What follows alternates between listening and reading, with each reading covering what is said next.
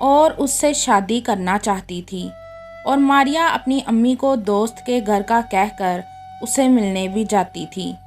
ایک دن عفان نے ماریا کو کہا، ماریا آج کل تمہارا دھیان کہیں اور ہے۔ تو ماریا بولی، جی میں آپ کا مطلب سمجھی نہیں۔ تو عفان بولا، ماریا اب تم پڑھائی سے اکتانے لگی ہو، اگر نہیں پڑھنا تو اپنی امی کو صاف صاف کہہ دو کہ مجھے پڑھنا نہیں ہے۔ پہلے تو ماریا کا دل کیا کہ میں عفان کو بولوں ہاں میں نے نہیں پڑھنا، لیکن پھر اس نے سوچا کہ پھر میں اپنی محبت سے کیسے ملوں گی، ایک پڑھنے کا بہانہ بنا کر تو میں گھر سے باہر نکلتی ہوں، اگر یہ بھی چھوڑ دیا تو میں کیا کروں گی۔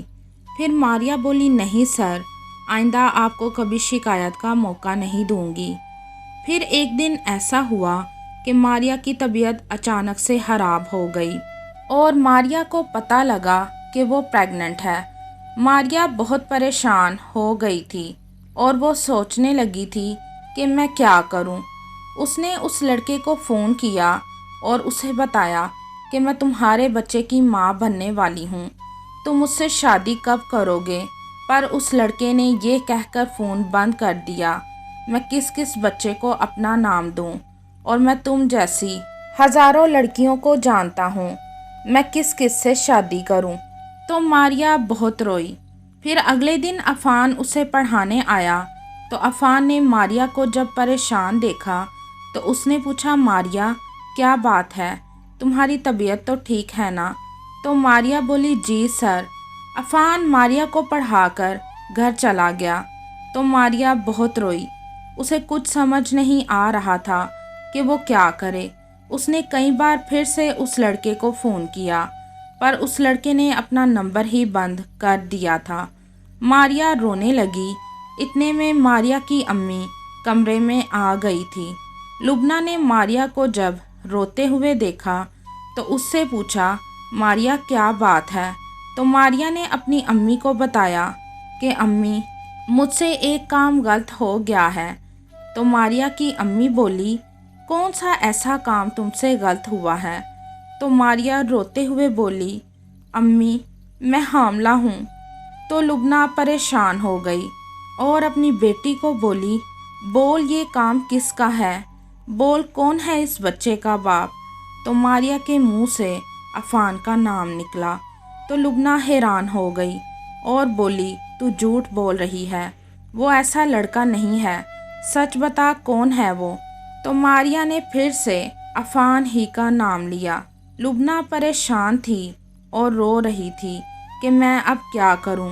پھر اگلے دن لبنہ سکینہ کے گھر گئی تو اس نے ماریا والی ساری بات سکینہ کو بتائی تو سکینہ بھی حیران ہو گئی کہ میرے بیٹے نے ایسی حرکت کی ہے۔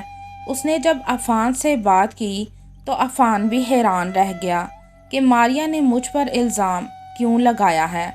عفان کی امی تو یہ بات ماننے کو تیار ہی نہ تھی، لیکن معاملہ ایک بیٹی کا تھا، ایک بیٹی کی عزت کا سوال تھا، اس لیے سکینہ نے یہ فیصلہ کیا کہ عفان کی شادی ماریا سے کر دی جائے۔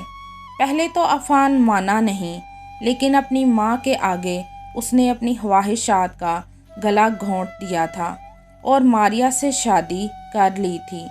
شادی کی رات جب ماریا دلہن بنی گھونگھٹ میں بیٹھی عفان کا انتظار کر رہی تھی کہ تھوڑی دیر بعد عفان کمرے میں آیا اور بولا، میں تم کو کبھی بھی اپنی بیوی کا درجہ نہیں دوں گا، تم نے میرے سارے خواب توڑ دیے ہیں اور اس کے لیے میں تم کو کبھی بھی معاف نہیں کروں گا۔ یہ کہہ کر عفان کمرے سے باہر چلا گیا۔ آج بھی ماریا رہ تو عفان ہی کے گھر میں رہی ہے، لیکن عفان اسے اپنی بیوی تسلیم نہیں کرتا اور ماریا کے گھر جو بچہ پیدا ہوا تھا وہ مردہ ہوا تھا، اور ماریا کے لیے یہ اذیت بہت دردناک تھی کہ شوہر کے ساتھ رہنے کے باوجود بھی وہ اپنے شوہر کی محبت سے محروم تھی، اور ماریا آج بھی اس بات کا قصوروار خود کو ہی ٹھہراتی ہے۔ کیا ماریا عفان کے گھر میں جیسی دکھ بھری زندگی گزار رہی ہے وہ اسی کی حقدار ہے یا نہیں، اور کیا ماریا نے کسی کا الزام عفان پر لگا کر ٹھیک کیا تھا؟ آپ بھی اس کہانی کے بارے میں اپنی رائے کمنٹ میں ضرور بتائیے گا۔